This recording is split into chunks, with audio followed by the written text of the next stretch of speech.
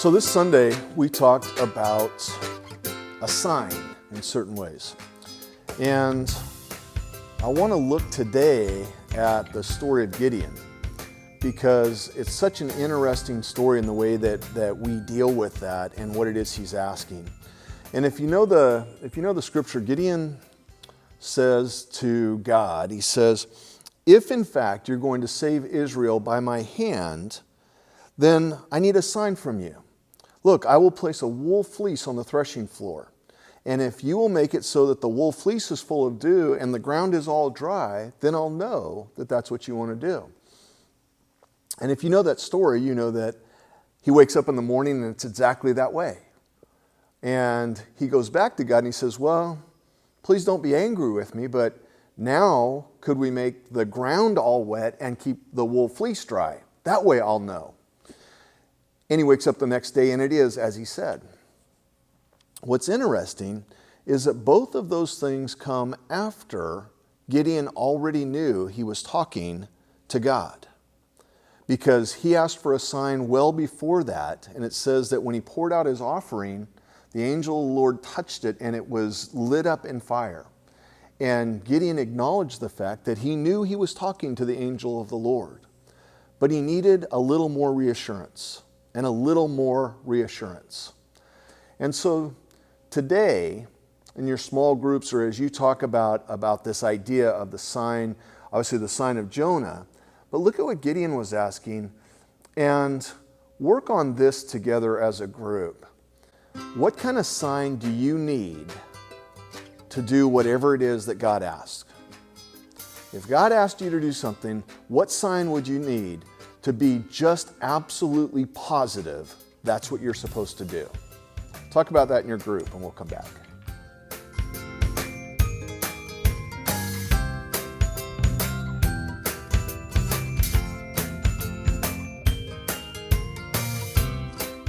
For your second question today, discuss this.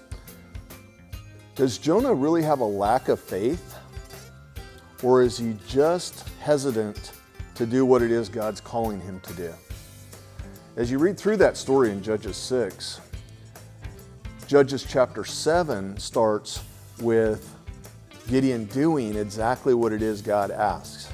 And as a matter of fact, not only that, but being brave enough to send all of his men back home so that it's obvious he can only win if God is with him. And he goes ahead and does that. What is it that Gideon's really looking for when he's asking God to do that? Because obviously his faith appears to be strong. Or was it just strengthened by the signs? Discuss that in your group.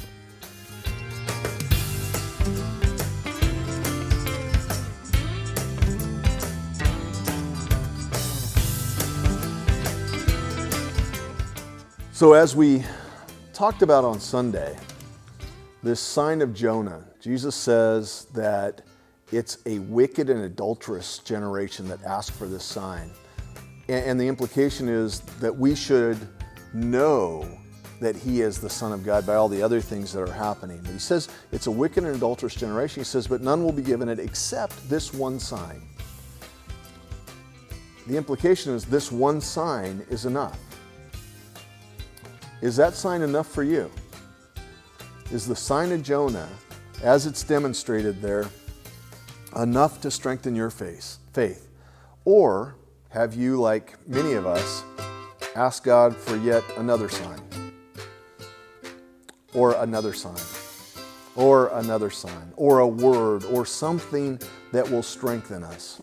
I think this is a common thing.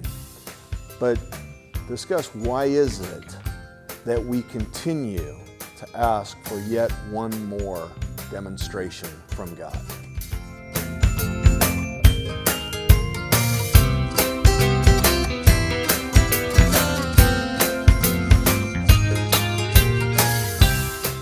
For your last discussion question today, I want to go back to this idea that the sign of Jonah is the one sign we need. Because it's the demonstration of God's ultimate power.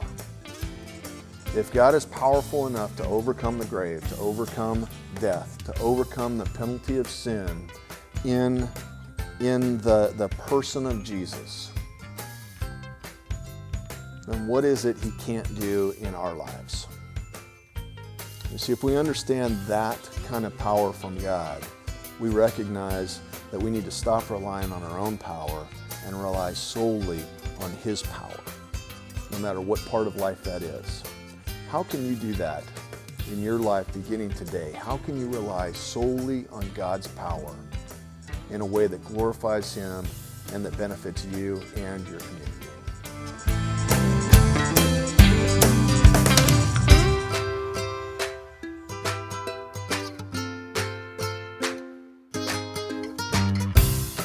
Now that we've finished Easter, the rest of our work begins in the sense of being the church, of being that community that's been called out. I invite you to come back as we talk about the power of Jesus' death as it creates the church, and the power of one church and the power of one faith.